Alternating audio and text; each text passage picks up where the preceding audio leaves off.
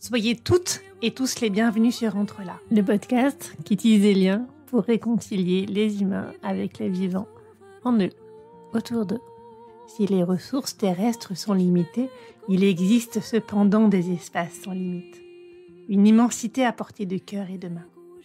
L'infinie richesse est dans nos liens.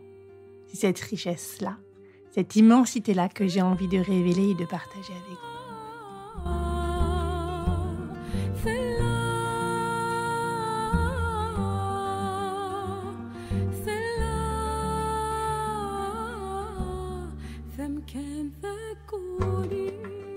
Comment habiter le monde ensemble aujourd'hui ? C'est la question avec laquelle je suis allée rencontrer Mathias Rollo, qui est architecte, enseignant-chercheur et auteur. Dans cet épisode, Mathias Rollo nous explique comment nous pouvons bâtir une architecture utile au monde. Une architecture qui n'est pas seulement celle des puissants, mais que tout le monde peut s'approprier. Une architecture biorégionale, en ce sens qu'elle est pensée, créée, tissée avec ceux qui sont là, au même endroit, au même moment. Une architecture décolonialisée, en ce sens qu'elle sort de cette logique de domination. Une architecture utile, fertile, qui permet d'habiter le monde ensemble. Chère auditrice, chers auditeurs, cet épisode et ce podcast sont pour toi. Je te souhaite une bonne écoute, je te laisse entrer là. Sache que cet épisode est en 2 parties. Vous pourrez donc écouter la suite la semaine prochaine, où nous continuerons d'explorer les logiques de domination, les exemples de ce qui se fait, de ce qui fonctionne aujourd'hui, les difficultés auxquelles on achoppe et puis les solutions qu'on trouve ensemble pas à pas.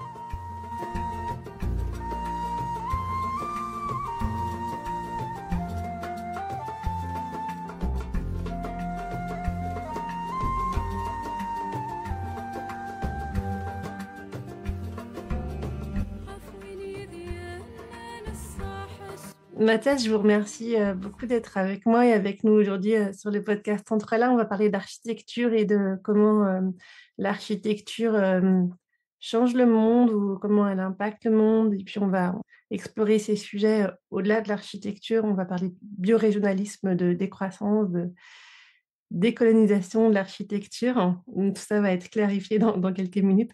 Est-ce que juste avant qu'on explore ces sujets-là, vous voulez vous présenter rapidement ? Oui, je vais me présenter. Merci beaucoup de me recevoir. Je vais dire 2 mots. Comment on peut dire 2 mots sur soi? Alors, je suis architecte de formation et puis aussi de métier. J'ai pratiqué quelques années avant de me consacrer à l'enseignement et à la recherche en architecture. Aujourd'hui, je suis maître de conférence à l'École nationale supérieure d'architecture de Grenoble et chercheur dans un laboratoire qui s'appelle le Cresson. Et j'ai une pratique d'écriture et de traduction et d'édition, principalement dans la recherche autour des questions d'architecture, à l'ère écologique et au regard des problématiques sociales, en fait, écologiques et sociales qui traversent un peu nos sociétés. Je m'interroge sur la capacité de l'architecture à réagir à ces questionnements-là et même peut-être à être un outil pour aider à les traverser. Si l'architecture peut être un outil, c'est quoi une architecture qui est utile au monde enfin, c'est quoi déjà cet outil qu'est l'architecture et comment est-ce qu'elle peut être utile au monde de votre point de vue ? Ouais, eh bien, c'est vrai que c'est déjà une vraie bonne question. De quoi on parle quand on parle d'architecture? Parce que il y a plein de façons de définir ce mot-là. J'ai pour habitude de dire que dans d'autres domaines, c'est plus clair. Par exemple, dans le cinéma, on fait des films, alors que dans l'architecture, on fait de l'architecture. Il y a déjà un flou de départ qui fait que on ne sait pas bien de quoi on parle. Si le mot architecture renvoie à un édifice construit, s'il renvoie à une discipline avec des savoir-faire, s'il renvoie à une communauté avec des architectes sociales, avec des métiers, ou s'il renvoie peut-être encore plus largement que ça, en fait, à tout ce qu'on fait quand on commence à configurer l'espace, à configurer le monde, à s'approprier un lieu. Est-ce que c'est pas un peu déjà de l'architecture, quand bien même elle est, alors ce que certains collègues appellent situationnelle, quand bien même c'est juste une situation, déplier une serviette sur une plage à un endroit plutôt qu'à un autre, et puis tasser un peu le sable pour y être confortable, et puis peut-être mettre son parasol pour qu'il nous fasse de l'ombre sur la tête mais pas sur les pieds, et puis etc. C'est déjà configurer une situation qui, à plein d'égards, peut être appelé faire de l'architecture. Et suivant comment on va du coup choisir de définir ce qu'est architecture au sein de toutes ces possibilités-là, évidemment, on n'obtient pas le même genre de réponse à la question. C'est-à-dire que Si on dit l'architecture, c'est juste des édifices qui ont été conçus par des architectes, évidemment, à quoi est-ce que ça peut être utile? À qui ça peut être utile plutôt? Ça peut être utile sans doute à plein de gens, mais on parle plus du tout de la même chose que si on se dit en quoi c'est utile de pas mettre sa serviette n'importe où sur la plage, de mettre le parasol plutôt du côté du soleil, etc. Donc à la fois, moi j'aurais envie de poser la question de utile à qui et à quoi, et puis aussi donc de quoi on parle quand on parle d'architecture. Et je crois que plutôt que de dire comment il faut répondre ou comment il faut comprendre ces mots, j'ai envie d'inviter chacun à se poser la question de comment il et elle a envie de répondre. En fait, il y a une liberté, on a une liberté de définition des mots, on a une liberté de redéfinition des mots, et puis surtout, on a une liberté de placer les choses au service de ce qu'on veut. Donc, quand bien même l'architecture, c'est vrai, historiquement, ça a été ce qu'ont fait les architectes, et ça a été utile plutôt au pouvoir, aux dominants, à l'impérialisme, ça ne veut pas dire que c'est condamné à rester comme ça et que peut-être on peut aussi en faire autre chose. On peut choisir de changer les choses et le cours de l'histoire et de mettre une architecture qui est redéfinie de façon un peu élargie au service de beaucoup plus que juste la domination. C'est intéressant parce qu'on n'a souvent pas l'impression, en tout cas quand on pense à domination, on ne pense pas tout de suite à l'architecture. Quelques idées me viennent à l'esprit en vous écoutant. Je ne sais pas si c'est ce que vous avez en tête ou pas. Est-ce que vous pourriez nous donner quelques exemples? Oui, c'est vrai que l'architecture classique, néoclassique, enfin l'architecture historique, ce qu'aujourd'hui on appelle le patrimoine, quoi, en fait, finalement, dans sa grande majorité, en tout cas, c'est des palais, c'est des temples, c'est des châteaux, c'est des arcs de triomphe, c'est des basiliques. En fait, c'est toujours des formes de cristallisation d'un pouvoir, c'est-à-dire c'est la solidification d'un pouvoir en place. C'est non seulement sa glorification, mais c'est aussi l'outil qui lui permet d'être ce pouvoir. C'est-à-dire évidemment un château, un seigneur sans son château, c'est pas grand-chose, et une église, quelle que soit la religion, sans ses bâtiments religieux, n'a pas n'a pas la même puissance sociale. C'est pas pour rien que les églises, c'est toujours le sommet le plus haut du village. Enfin, voilà, il y a aussi une recherche un peu symbolique de visibilité spatiale, d'impression, d'impressionner. Et l'architecture, c'est vrai elle impressionne. Enfin, je pense que c'est des réflexes assez partagés à l'échelle de la planète. J'ai pas envie de dire universaliste, surtout pas, mais enfin partagés assez largement. Quand on rentre dans un grand volume architectural, quel que soit le style, l'époque et le lieu, ça fait quelque chose au corps. On lève la tête, le son est différent, peut-être ça résonne, peut-être c'est très sombre ou très lumineux. On est attiré par cet espace-là. Et cette puissance-là de l'expérience spatiale, c'est sûr que c'est quelque chose qui a été utilisé. Ça peut être utilisé par l'art dans un musée, mais ça peut aussi être utilisé évidemment dans un château ou un palais pour montrer toute la puissance et la richesse et impressionner le visiteur. On a aussi d'autres formes d'architecture. On a aussi des bidonvilles ou des petits villages, alors qui sont peut-être moins pensés, quoique. Du coup, vous avez quel regard sur ces architectures-là? Mais oui, j'ai employé le mot de patrimoine. Aujourd'hui, on parle aussi de matrimoine, c'est-à-dire que le patrimoine, littéralement, c'est l'héritage du père, hein.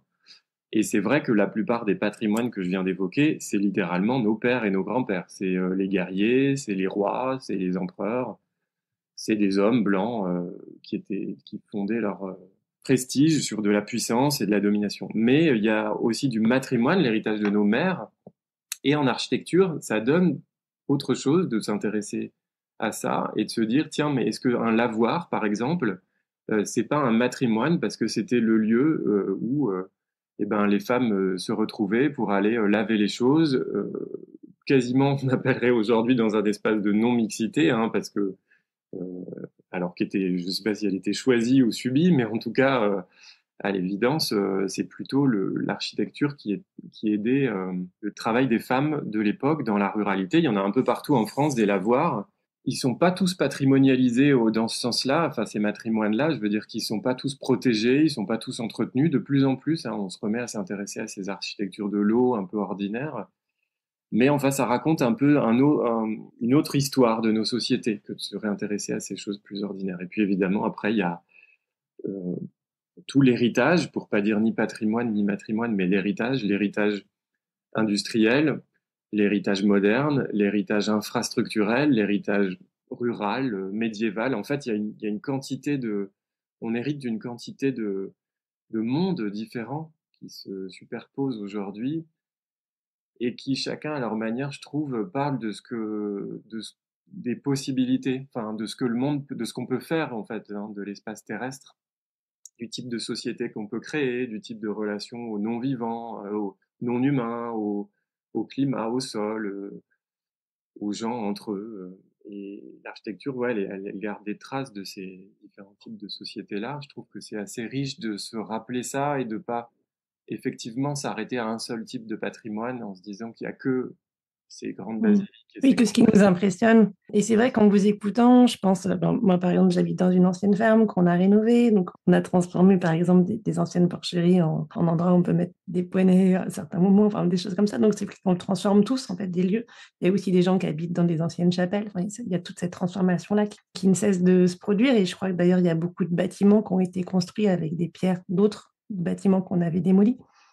Donc, on est toujours en train de retisser des liens ou de refaire ou de reconstruire ou de remobiliser des architectures.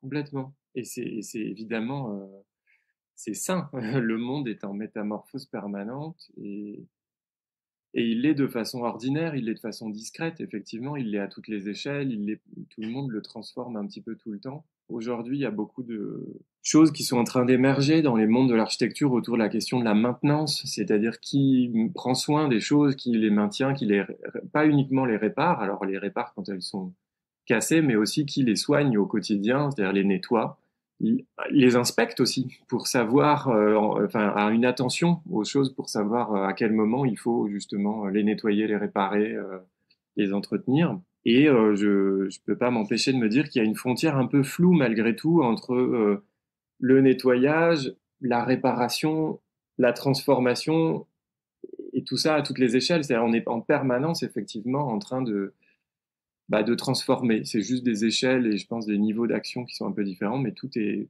transformation du monde. Et c'est plutôt ce que je voudrais dire avec ça, c'est que je pense que c'est très positif parce qu'en fait, ça permet de résister à l'idée que le monde serait figé, qu'il serait comme il est, qu'il a toujours été tel qu'il est et qu'il sera toujours comme ça, et ou que seuls les experts pourraient le changer. En fait, non, il est en métamorphose permanente et tout le monde le transforme tout le temps. C'est plutôt ça la réalité. C'est ça, c'est l'histoire de la vie sur Terre. Donc justement, quand on le transforme, ça peut être utile au monde ou pas utile au monde. Qu'est-ce que vous voyez qui vous semble utile, pertinent, émerger comme pratique aujourd'hui? Ce qui me semble utile et pertinent, c'est les pratiques qui résistent à l'ordre en place. Pour pas le dire par quatre chemins, je pense que il est utile et pertinent de justement de se dire que l'ordre en place n'est de pas l'essentialiser, de pas le naturaliser. Je sais pas comment le dire autrement, de pas se dire qu'il est le there is no alternative. Non, on disait à une époque de Margaret Thatcher. Si, il y a des alternatives en fait. Ça n'est pas la seule façon de faire monde, de faire société. On- En fait, il y a quantité de manières d'habiter le monde, de faire société, de faire économie, et donc de faire architecture, de faire infrastructure, de faire ville. Et il y a tout un tas d'initiatives aujourd'hui qui, concrètement, dans les faits, je pense à des collectifs d'architectes, c'est-à-dire des gens qui ont arrêté de pratiquer en agence de façon habituelle, derrière leur ordi, pour donner des plans à des artisans qui vont construire à leur place un bâtiment que eux-mêmes n'habiteront pas. Bon, bah, les collectifs, eux, ils essayent de mener une alternative en changeant ce modèle d'agence d'architecture et peut-être des fois en allant construire eux-mêmes ou en allant construire, habiter sur place et puis penser avec les habitants parce que eux-mêmes deviennent habitants du coin ou alors même en construisant avec les habitants ou alors en construisant uniquement en matériaux de réemploi une structure temporaire qui va être entièrement réemployable en suivant. Enfin bref, par quantité de dispositifs, il montre que non seulement on peut penser la conception et la construction autrement, mais que le fait de la faire autrement, ça fait société autrement, parce que du coup les gens se retrouvent autour de la construction et de la conception, que peut-être un voisinage qui ne se parlait plus se retrouve autour de ces processus de construction qui refont quartier, qui refont ville, qui refont village. Peut-être des gens qui n'avaient plus confiance en eux ou pas, ou n'ont jamais eu confiance en eux sur leur capacité à bricoler, par exemple, parce que toute leur vie, on leur a dit, mais toi, tu es une femme, tu sais pas travailler, ou tu n'es pas habile de tes mains, ça n'est pas ton domaine que de manipuler une visseuse. Et ben aujourd'hui, à la retraite, se retrouve à passer devant ces collectifs, ça c'est des histoires vécues, c'est pour ça que je les raconte, se retrouve à passer devant ces collectifs qui travaillent dans la rue, qui invitent à la co-construction, et donc finalement se retrouve aujourd'hui à la retraite à bricoler avec ces jeunes, et puis à se dire, en fait oui, je sais tout à fait le faire autant qu'eux, et donc en fait à se découvrir dans cette possibilité-là, quand bien même elles ont 70 ans, et je pense que c'est vraiment vivifiant pour tout le monde, parce que c'est non seulement des liens intergénérationnels, mais c'est des gens qui reprennent confiance en eux. C'est une ville aussi qui se rend compte qu'elle met l'argent à d'autres endroits. Enfin, en fait, au lieu de mettre l'argent dans des experts, dans des logiciels, dans des dessins magnifiques, on met l'argent dans voilà, des habitations temporaires, des événements qui font se rencontrer les gens, qui font des festivités, et c'est pas moins important parce que ça fait que les gens aussi, quand les choses sortent, ils se les sont appropriés et c'est déjà un peu chez eux, quoi. C'est plus une, en fait, c'est plus du tout la même lecture. On sort du paradigme de l'œuvre du génie qu'il faudrait comprendre, et donc il faudrait acculturer les gens à la grande œuvre parce qu'un architecte génial a eu une idée géniale. Et il faudrait l'expliquer aux gens pour qu'ils accèdent à cette haute culture. Là, on n'est plus du tout dans ce vieux monde que je caricature un tout petit peu, mais franchement pas tant que ça. C'est quand même encore beaucoup ça dans la tête de quelques-uns de mes confrères. Pas tous, mais quelques-uns. Et là, on est plutôt oui, dans un monde du faire ensemble, mais c'est pas juste une déclaration de bonnes intentions un peu naïve, on va faire ensemble. C'est réellement comme ça. Ils font vraiment ensemble de la conception à la construction. Après, les gens repartent avec le mobilier construit chez eux, et donc ils ont chez eux une chaise ou une table qui a été faite ensemble lors de cet événement. Enfin, c'est des histoires de vie qui se tissent, et oui, qui montrent on peut faire société autrement et que c'est pas juste une utopie. Et ça me semble utile, ouais.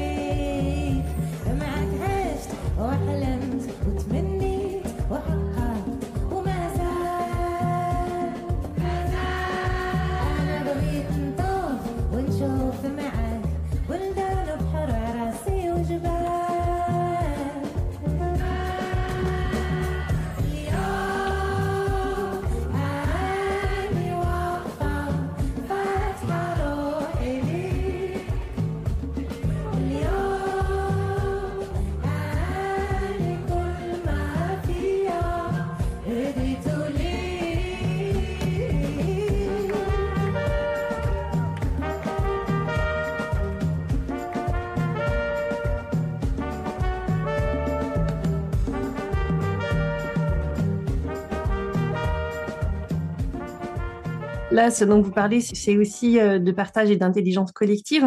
Et cette intelligence collective qui émerge quand les collectifs arrivent à se mettre au service d'un but commun, on peut imaginer que ça peut fonctionner effectivement autour de leur lieu de vie, de leur quartier, et que ça peut aussi permettre de faire des choses qui sont durables et aussi belles, hein, parce qu'on peut aussi faire fonctionner ensemble, faire travailler ensemble des experts qui savent, voilà, qui ont un tout petit peu plus de connaissances techniques, mais qui vont pouvoir dialoguer avec des personnes qui savent qu'est-ce qu'elles ont envie de vivre ensemble, et que ça va sans doute avoir de l'impact sur la manière dont on va prendre soin du lieu autour, et puis peut-être sensibiliser tout le monde, mais parce qu'on va réfléchir ensemble sur qu'est-ce que c'est que notre lieu de vie, qu'est-ce que c'est un lieu de vie, comment est-ce qu'on accueille les humains qui passent par là, mais aussi les non-humains qui passent par là, et quelle vie on tisse avec eux, quel lien on tisse ensemble. Oui, c'est complètement une autre histoire dans ce coup qui apparaît. Complètement, et je crois que c'est le début de ce qui, moi, m'a intéressé dans le biorégionalisme. Et c'est très en lien aussi avec quelque chose dont on entend parler. Alors, c'est une vieille histoire, hein, ça date plutôt des années 70, mais qui ressort beaucoup aujourd'hui, qui sont des théories écoféministes, qui disent aussi, mais en fait, on ne peut pas déléguer le monde. En fait, par exemple, la question de la subsistance, elle doit être partagée par tout le monde, un peu tout le temps. C'est une forme d'attention au monde, aux êtres, aux choses, et donc justement au lien entre les communautés qui prennent soin de quoi, selon quel processus, dans quel lieu, avec quelle temporalité. Enfin, c'est un réancrage en fait assez terrestre des questions un peu fondamentales de la vie sur Terre. Bah oui, la naissance, la maladie, la mort, la production de la nourriture, la réparation, l'entretien, le nettoyage, la bienveillance, tout ça, ça ne peut se faire que dans des lieux un peu situés, ancrés quelque part par des communautés qui connaissent quelque chose à ce lieu et à ces communautés. Enfin, on ne peut pas externaliser ça, déléguer, numériser. Moi, je vois des liens assez... C'est pas la même chose, hein, mais je vois des liens assez forts entre, oui, les théories biorégionalistes, celles écoféministes que je viens d'évoquer, et puis tout ce qu'on est en train de se raconter là, en effet, sur les collectifs en architecture. Oui, quand vous parlez de naissance, moi je pense aux maisons de naissance plutôt qu'aux hôpitaux, par exemple. Je ne sais pas si c'est ça que vous avez en tête. Est-ce que vous pouvez nous expliquer ce que c'est le biorégionalisme? Oui, eh ben, on est déjà un peu largement dedans avec toutes ces discussions-là. Malgré tout, c'est peut-être une chose au moins supplémentaire par rapport à ce qu'on s'est dit là, c'est une pensée de l'écologie, alors on pourrait dire de l'écologie profonde, pour le dire un peu autrement, ou essayer d'expliquer ce que ça veut dire, qui essaye de penser depuis la nature, pour employer un vieux terme qu'on essaie de plus employer, mais qu'est-ce que ça fait de penser depuis un milieu, de penser depuis un écosystème? Quel est l'intérêt de l'écosystème et pas juste l'intérêt de l'humain ou de la société? Ça, c'est une tentative de sortie, à nouveau, un grand mot, un gros mot, mais de l'anthropocentrisme. Enfin, l'anthropocentrisme, je pense que c'est important, littéralement, l'anthropo, c'est l'humain, et le centrisme, c'est le fait de ne voir que ses intérêts. Donc, c'est pas du tout c'est important de voir que c'est une critique. Hein. Anthropocentrisme, c'est un mot négatif. C'est assez difficile de dire, moi, j'assume l'anthropocentrisme ou je parle en tant qu'humain. C'est pas l'idée de parler en tant qu'humain, l'anthropocentrisme. L'anthropocentrisme, c'est l'équivalent du racisme. C'est pas l'idée de parler en tant que blanc, c'est l'idée d'être raciste. Enfin, c'est pas du tout pareil. Moi, je peux parler en tant qu'homme, mais de là à être sexiste, c'est autre chose. Et ben, bien sûr qu'on parle en tant qu'humain, qu'on a un point de vue humain, et c'est très difficile de se mettre dans la tête d'une chauve-souris. Malgré tout, l'idée de critiquer l'anthropocentrisme, c'est de critiquer le fait que qu'on ne verrait que nos propres intérêts, qu'on instrumentaliserait tout le reste du vivant, des matières, des ressources, enfin qu'on verrait justement la Terre comme une ressource à exploiter au service de nos intérêts à nous. Et ça, c'est de l'anthropocentrisme, et on voit bien que c'est ça qui pose problème et qui sans doute est à l'origine des multiples crises environnementales qu'on connaît aujourd'hui. Bon, bah, le biorégionalisme, avec cette histoire d'écologie profonde, il essaye de sortir de cet anthropocentrisme en proposant une écologie qui est locale, qui est populaire, qui est située quelque part et qui appartient aux gens. C'est l'idée de dire que euh, il faut se réintéresser à la manière dont nos vies ont un impact sur les milieux, et donc commencer par reposer des questions de base. Par exemple, d'où vient l'eau que je bois à mon robinet? Peut-être pour beaucoup, on ne sait pas d'où vient l'eau qu'on boit à notre robinet. Quand est-ce qu'elle est tombée sous forme de pluie, ou dans quelle nappe phréatique on l'a pompée, par quel chemin elle est venue, et puis après, où est-ce qu'elle part si je jette des produits toxiques dans mon évier, où est-ce que part cette eau et qu'est-ce que ça pollue comme milieu en suivant dans le bassin versant.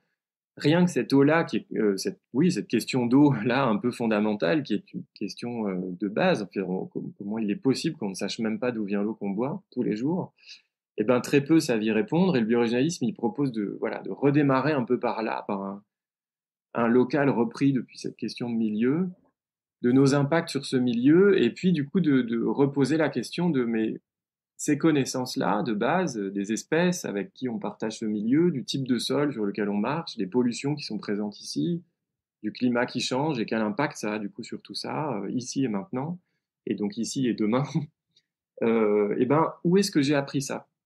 Si je sais quelque chose, ou si je ne sais pas, où est-ce que je peux l'apprendre? Si je sais quelque chose, où est-ce que je peux le transmettre à quelqu'un?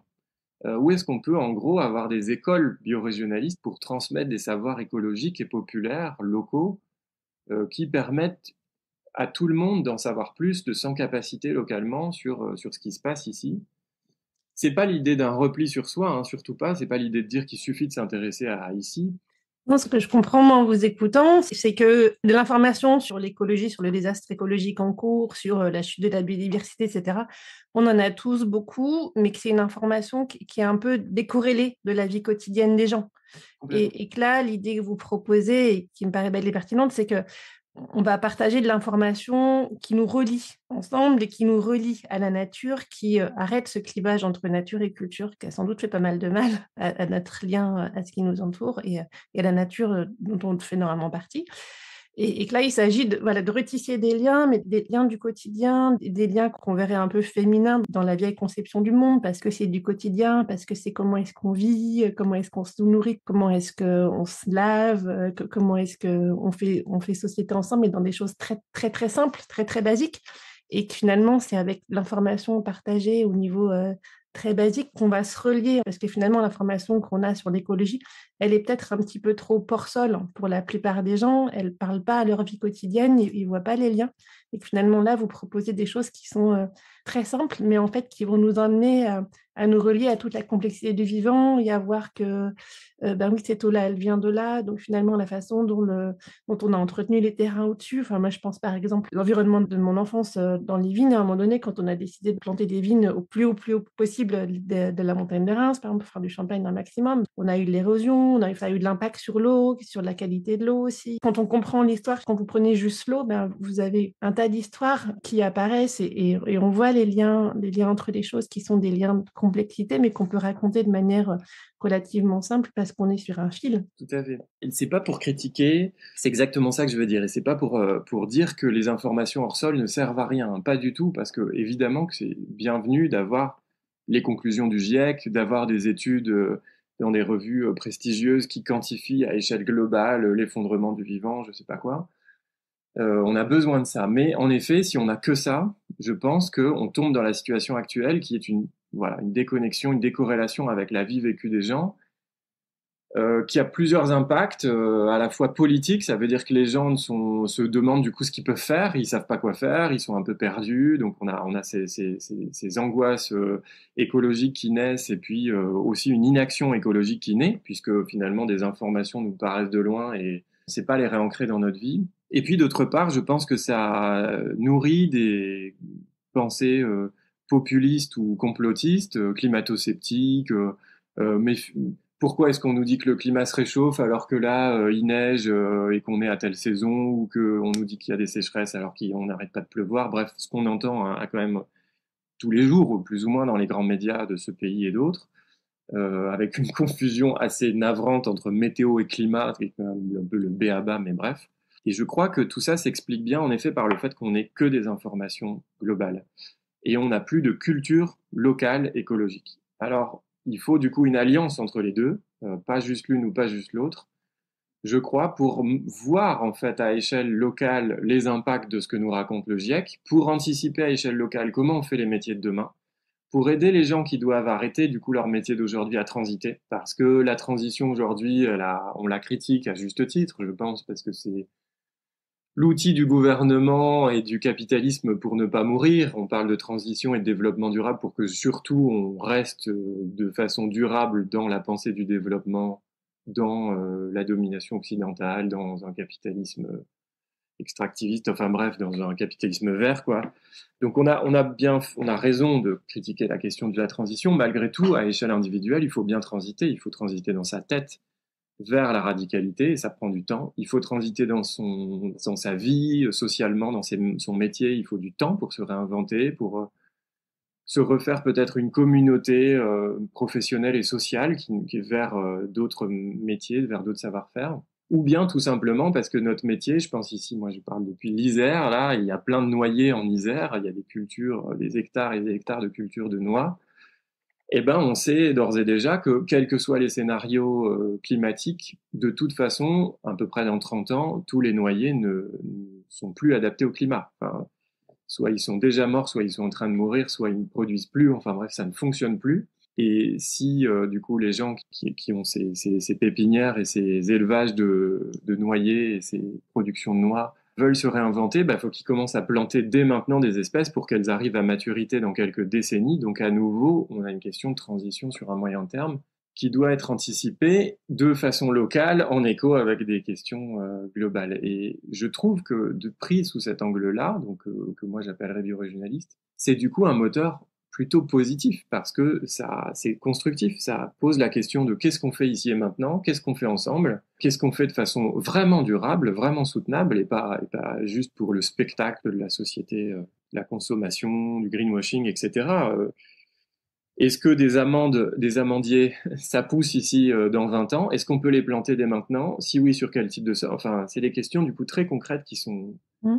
mises en mouvement et je pense qu'ils rendent un peu oui, d'espoir, de moyens d'agir aux gens et qui refédèrent des communautés en fait. Et par contre, il est important pour moi de dire l'intérêt dans tout ça aussi, c'est que ça permet de en fait, ça ne pose pas la question de est-ce que tu es né au Maroc, est-ce que tu es arrivé de Thaïlande il y a 2 mois, ou est-ce que tu penses repartir aux États-Unis dans 3 semaines. En fait, tout ça n'a pas d'impact sur la question qu'on vient de poser du noyer et de l'amandier.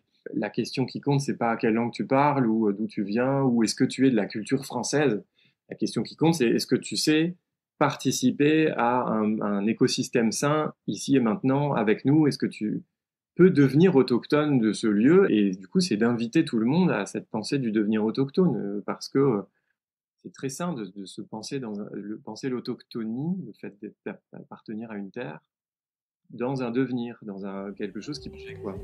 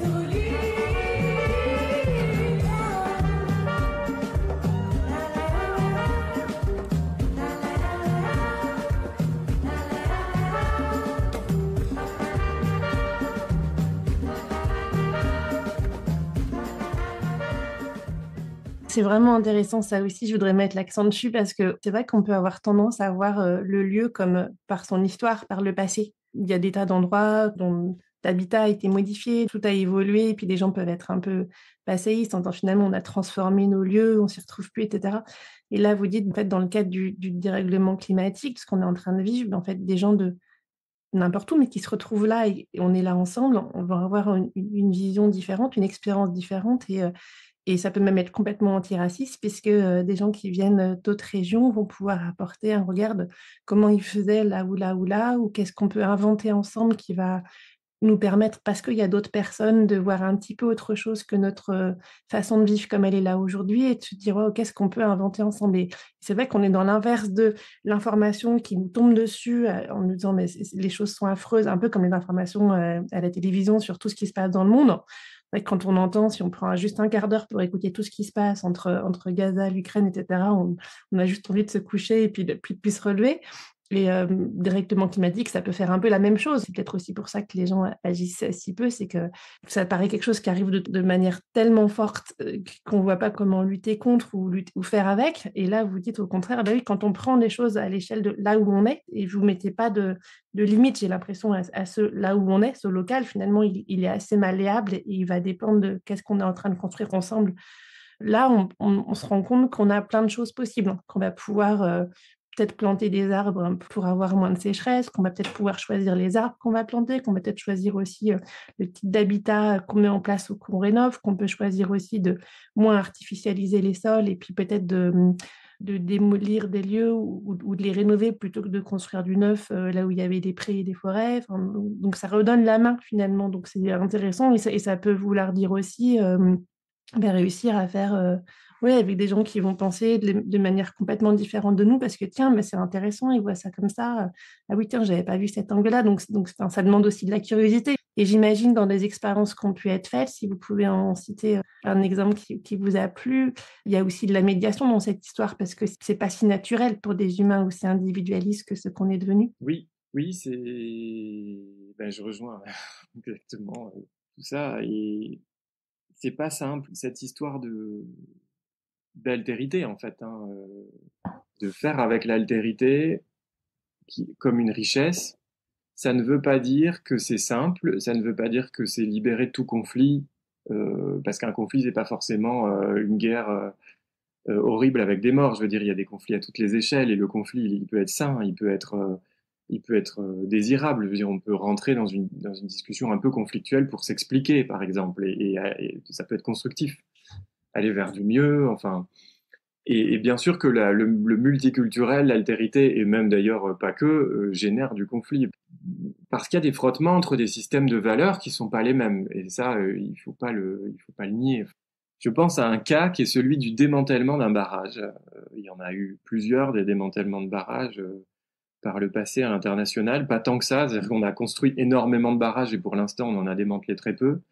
Mais effectivement, il y a un barrage aux États-Unis qui a été démantelé. Il y a eu un film qui a été fait là-dessus, qu'on a regardé et commenté il n'y a pas longtemps dans un colloque sur la question de l'eau. Et donc, spontanément, je pense à ce cas-là. Ce qui est fascinant, c'est de retracer cette histoire coloniale du barrage, parce que le barrage, il est construit par des sociétés de colons sur des terres autochtones. Donc, c'est vraiment un outil colonial de destruction des modes de vie qui étaient là. C'était où? Sur le fleuve Eloi, il faut que je retrouve le titre exact, par exemple, même du film. Je crois que c'est The Return of the River, le titre du documentaire sur ce démantèlement de barrage sur le fleuve Eloi. Oui, qui est un outil colonial de destruction des modes de vie autochtones qui vivaient du fleuve, en fait, qui vivaient de la pêche, qui vivaient de la proximité avec ce fleuve. Les colons arrivent donc au début XXe siècle, ils construisent ce grand barrage pour les besoins de leur société. En effet, le barrage est construit, il est approprié par les communautés de colons locales américaines, et ces sociétés-là finissent par lui trouver tout un tas d'attraits, c'est-à-dire que ça devient un moteur de tourisme, de balade, de villégiature, de pêche, et il fait partie au fil du temps du patrimoine local. Sauf que écologiquement c'est un désastre et toute la suite du bassin versant en aval est un peu dévastée par ce barrage, ce qui fait que en fait de plus en plus des mouvements écologistes au fil du XXe siècle finissent par faire entendre qu'il faut le démanteler, il faut détruire ce barrage, c'est un désastre. Ça remonte jusqu'aux plus hautes sphères du Congrès, du Sénat américain, etc. Finalement, des luttes s'engagent entre écologistes et autochtones qui font alliance, enfin les résistants des communautés autochtones, et en fait la société blanche américaine, petite bourgeoise, qui elle est contente d'aller en week-end se balader le long du lac, et dit mais ça c'est notre patrimoine, maintenant ce barrage c'est toute notre vie, c'est l'histoire de notre région, donc ce lac, il ne faut pas y toucher, votre histoire de destruction environnementale, on n'en a rien à faire, on veut continuer à aller pêcher sur le lac le dimanche, quoi. Et donc, toute la lutte s'engage et finalement, le barrage est démantelé, déconstruit. Et donc, le film retrace finalement cette histoire d'appropriation d'un fleuve, puis d'appropriation d'un barrage, puis quand même de destruction d'un barrage. Enfin, ça montre toute la complexité qu'il y a et la reformation en permanence, je trouve, des communautés. C'est-à-dire quelle communauté fait alliance avec laquelle et que les choses peuvent bouger dans le temps de façon tout à fait imprévue. Et les alliances et les systèmes d'alliance bougent en fait au fil du temps, de sorte qu'est-ce qu'une partie des Blancs fasse alliance avec une partie des Autochtones contre d'autres Blancs. Enfin, voilà, tout ça, je pense, c'est un exemple que j'avais envie de donner parce qu'il me semble montrer de façon pas trop naïve ce que ça peut être que des questions biorégionalistes. Et c'est pas juste on va faire un jardin en permaculture ensemble, toi tu es noir, moi je suis blanc et on va être amis. c'est pas ça, quoi.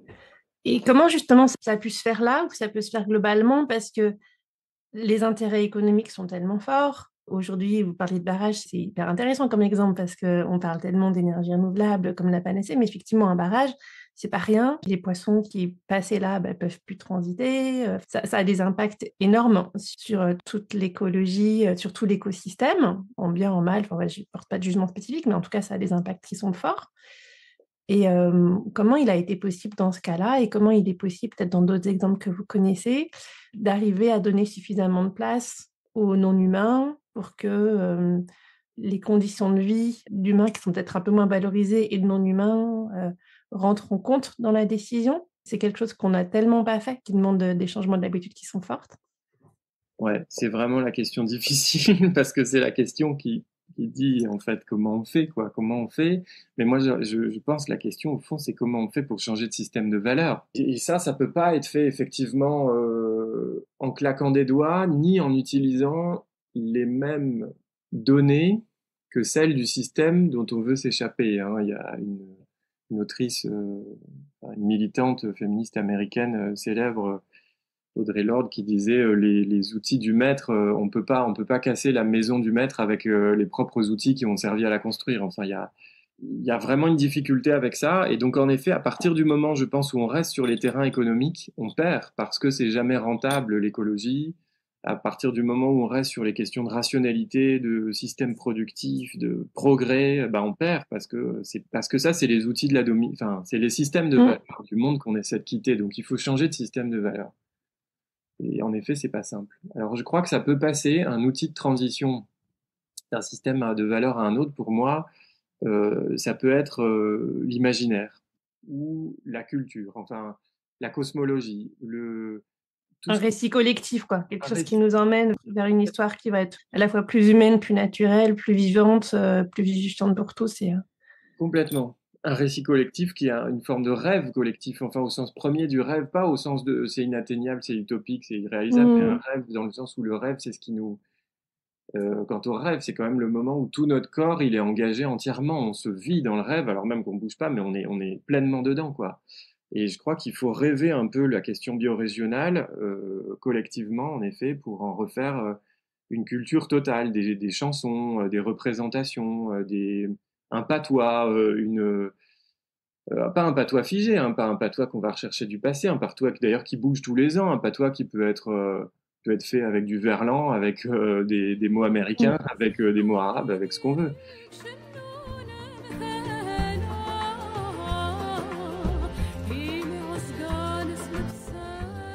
Nous voilà à la fin de notre premier épisode avec Mathias Rouleau, mais ce n'est pas la fin de notre conversation, c'est la moitié. La semaine prochaine, nous continuerons à parler de décolonisation, de ce que l'architecture peut créer, générer, comment est-ce qu'on peut la faire et la vivre ensemble, et puis de plein d'autres choses. Je vous invite à nous retrouver la semaine prochaine sur le podcast Entre là. Et puis, comme d'habitude, si vous voulez en savoir davantage sur Mathias Rouleau, vous trouverez toutes les informations dans la description de cet épisode.